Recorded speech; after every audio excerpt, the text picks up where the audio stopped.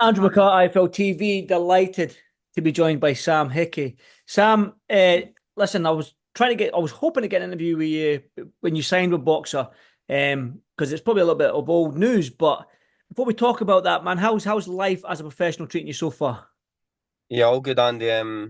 Just enjoying the process of the different training and longer rounds of sparring, and just staying in the gym all the time, taking over until the next fight. Just enjoying it, man. Uh, Obviously, we spoke when I was in Sheffield a few months back, and we were messaging back and forth, and we were talking, and the decision to turn pro was almost made for you with your weight class being taken out of the Olympics. Was it a difficult decision, or was it due to the fact that the Olympic dream had gone, that the natural route was to just turn pro? Yeah, I always wanted to turn pro, but it just made it a bit quicker. A little bit quicker doing it obviously before the Olympics had even started because of the weight change and stuff. And I tried to move up in weight in that, but it just didn't work out the way I wanted it to. So I just jumped the gun and decided to turn over. But I've always had it in my mind that I was going to do it. So it made perfect sense at that moment in time. Well, let's just jump straight to it. Then you're already 1-0 as a pro. I watched your fight on TV. Now, for you, when you're fighting against the best of the best in your amateur career, and you're then you go into your pro career and you're fighting these journeymen that don't quite want to engage. Um, was it frustrating for you? Obviously we know the smaller gloves and the ring walk's a lot different in the pro ranks, but the fact that you've made that sort of jump as a pro, Yeah. levels dropped a little bit. Do you feel like you can get pushed on a little bit more? Yeah, it was difficult fighting someone like that, but it's just you want to stay switched on and treat it as a big fight, regardless of who you're going in the ring with.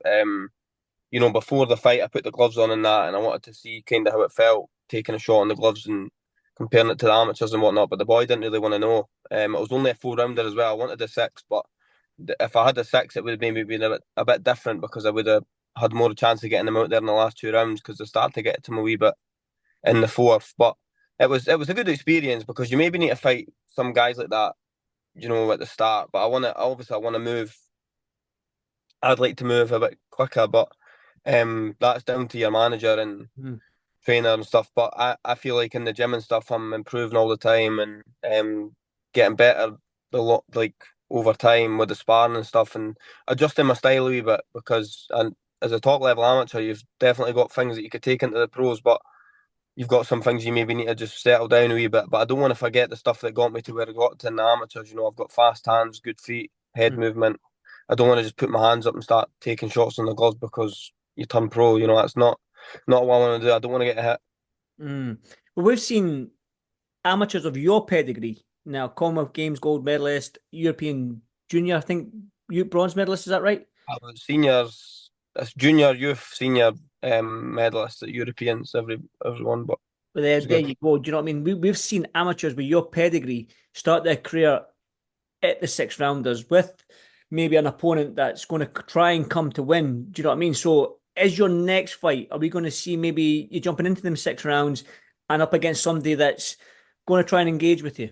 Yeah, I'll definitely be doing a 6 rounder in my next fight, and I hope the guy comes to fight. But that guy who I fought the other week, he usually has a wee go against the guys who he fights, and he just Mhm. he just didn't even commit one bit. He usually has a wee go and comes out in the first round, and that's when I'm at my best when people try to hit me because I can catch them when they're throwing, and my timing's good to hit them with the right hand or the left hook or whatever. So hopefully the next fight the guy commits a wee bit and throws a few shots, and I can really try and well, I'm not really bothered if the stoppage comes, it comes, but you can try and put some shots together to showcase what you're all about and get people talking about you. Well, that's it. Well, listen, if anything I can do to get people talking about you, I've already sung your praises to Ben Shalom out in Saudi Arabia and all the rest of them. And Yeah, you cheers, man. find you know you've signed that deal with Ben Shalom, and we've seen what he's done with the GB squad members. I think he's done a Sky Sports and Lon Price and Bawatsi, Yeah, and so yeah, yeah. You see like Boatse, Lauren Price, all these guys, but even like Callum Simpson getting built up in Barnsley and fighting in Barnsley in front of like 7,000-8,000 people. It's great what they've done with these fighters, keeping them in their home cities or their countries or whatever, and getting them big time boxing where they're from. That's important to me, getting built up in obviously bringing big fights to Scotland or Dundee or Glasgow, wherever. I'm not really bothered as long as I'm bringing fights to Scotland. That's the main thing, because it's good getting built up in England and that, but eventually you want to get back to where you are, Well, you know where you're based anyway, where you're from. exactly, Sam. And unless Josh Taylor comes to town, we don't really get the big fights in Scotland. Do you know what I mean? I think Josh's Yeah, last home fight was the can't think, capital.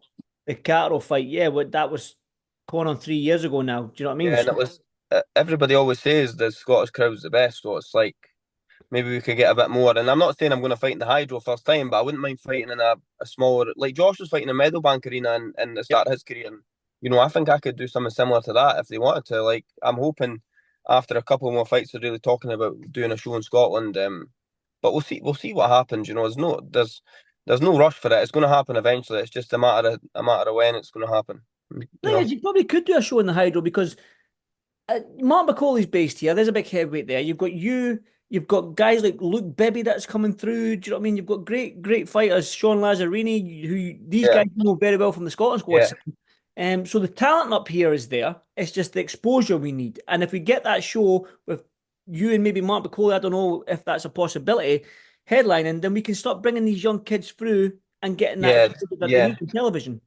yeah. Definitely, because it's like when you've got someone who brings shows up there, it gives everybody else an opportunity. And I just want to see everybody doing well in Scottish boxing. And even the sport's too hard to be wishing for people not to do well. That there's a lot of people like that, a bit bitter people and that when people start doing well or whatnot. But I want to see everybody do well, especially Scottish fighters. It's important to get everybody good opportunities. Obviously if you're good enough, you get them. You regardless of where you start, if you're good enough, you'll get there with the right management or whatnot. But I want to obviously if I bring fights up here, it's going to give more people opportunities to get on the shows and that, which would be good. Hopefully, Big Martin McCauley wins the world title and that'll just sell. You know what I mean? Definitely, we need something like that. Sam, how much did I how much did I persuade? How much of me made you sign with Boxer? Did Shalom say anything? Did he say this is all down to Andrew McCart or I had a few people mention that you said something to them. It's good, mate. It's good to put the word in for me. You know what I mean? But when I done that fight, obviously it gave me good kind of opportunity to just put myself out there. And because in boxing you're like stocks. If you're not boxing, you're not fighting, and you've never done a lot in a wee while. I never boxed for a year, so it's like you're just coming down. So I needed to get on a show and just show everybody what I'm all about. And it's not like I'm sometimes you feel like if you're from down there you get more opportunity or whatnot, but I just needed to make sure that when I got on that stage that I've done all the right things. And I feel like I've done that. And obviously that's come off the back of it. So it's a great opportunity. And it's a great platform to box on Sky Sports. It's where most fighters want to be anyway. definitely? And like I say this, I ask this question quite a lot to a lot of fighters from Scotland, but it seems like in Scotland we've always had generational fighters. It's always just been one. It's then been Ken Buchanan, then maybe Jim Watt and Paul Weir, and then you're talking Scott Harrison, Alex Arthur, Ricky Burns, Josh Taylor. Then the next Josh is coming to the end of his career. Let's say maybe he's got 2, 3 fights left. We're needing that other name. We're needing that name. Now I don't want to put pressure on you, Sam, but is that you? Can it be you? Yeah, 100% got I said it before, like got potential to go and do great things, in my mind, like that's like you've got short term goals and long term goals, and one of the long term goals is like to be headlining massive shows, repeating up there, that's 100% what I can see myself doing. It's just doing it. You obviously need built up right, and you need people to see you. Obviously I'm doing that with a platform that I'm going to be on.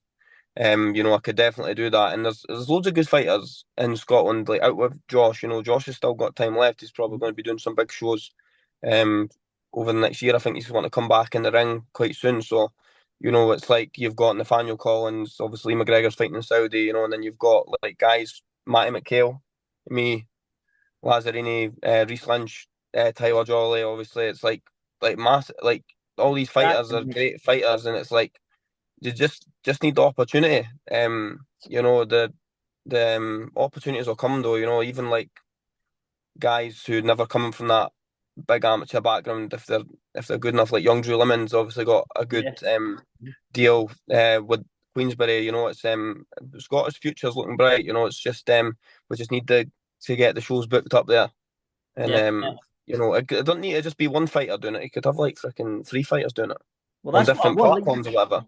well, you mentioned Lee McGregor and Nathaniel Collins. They're there or thereabouts. They're very, very talented fighters. And like I said, there's only been one generational fighter. I Yeah, think all the names you just mentioned there, I can see it being a cluster. I can see a cluster of British champions, European champions, world champions. Now, this might be the biased jock that's in me, but that's what I am. But I can actually see with this young crop that we've got coming through, that all the names you mentioned, it's an and exciting time for there's Scottish more. You know what I boxing. mean? No, it's great. It's great. I hope everybody does well, and you know we want to be involved in big fights, big fight nights. You know, and obviously that's every Scottish boxer's dream. Every boxer in the UK's dream really is to headline big shows where they're from. So hopefully, you know, everybody gets the opportunities to do it. But I definitely see myself being one of the big names. You know, I could fight, I could talk, I can do a bit of everything. So it's like you can definitely get me up there, and hopefully it's sooner rather than later. But time will tell, you know. And I just need to keep getting in the ring, performing, doing what I do, and it'll all take care of itself, you know. Definitely. And when are you looking? Are you getting out again this year? I don't know. I'd maybe like to get out before in December, but we'll see what comes. I don't know what the crack is with shows going into the new year. I think there's a few shows they're talking about in January, February, but we'll see what like you know, I want to be as active as possible, and if I can get out 5 times over the next year, that would be ideal for me. You know, couple of sixes and then straight up to eights and tens, and you know, moving quite fast anyway. Getting involved in some tasty fights. Music to my ears, Sam. I will end it on this question here. You mentioned long-term goals is to be the big name in Scotland and be up there with like the likes of the Josh Taylors, the Yeah. Ricky Burns and whatnot. The immediate goal though, 2025 is just around the corner. You mentioned you want 5 fights. You're ready to jump into 8 rounders. So what's the goal for 2025 other than just being busy? I just want to perform, mate. I want to be active, talking. People talking about me as one of the next best up and coming contenders, prospects, whatever they want to call me. Coming through, you know, like there's a lot of good prospects in Britain, but I want to be up there as one of the best, you know. And I think if I keep getting fights and staying active, and the performances will take care of themselves, and that'll come, you know, and obviously get up there in the rankings and that. So then coming into the year after, I'm kind of pushing on for titles, whatever way you want to go. You know, there's plenty of big fights out there. So you know, I don't want them to be on hold. I want to just keep moving forward, moving up all the time. Definitely. Listen, you mentioned but keeping your name in people's mouth. Well, anything I can do, I'm always here, and I'll always give you a platform to speak and do your thing, Sam. But listen, good luck with everything. Fingers crossed you can get out again this year, and then 2025. Let's hope for a big year, and I'll be there. You know what I mean? I'll always be Nice there, one, Sam. Andy. So listen, I'm a biased Thank you jock very much, as mate. per usual. My pleasure, mate. I know you got an S&C session coming up. Is that right? Yeah, yeah, mate. I done sparring this morning and strength this afternoon. So good, productive Thursday, mate. You know. Well, rather you than me, mate. I'll tell you that. Yeah. Right, Sam. Enjoy the rest of your day, brother. I'll speak to you Nice soon. one, mate. Thank Cheers. you, brother. Thank you.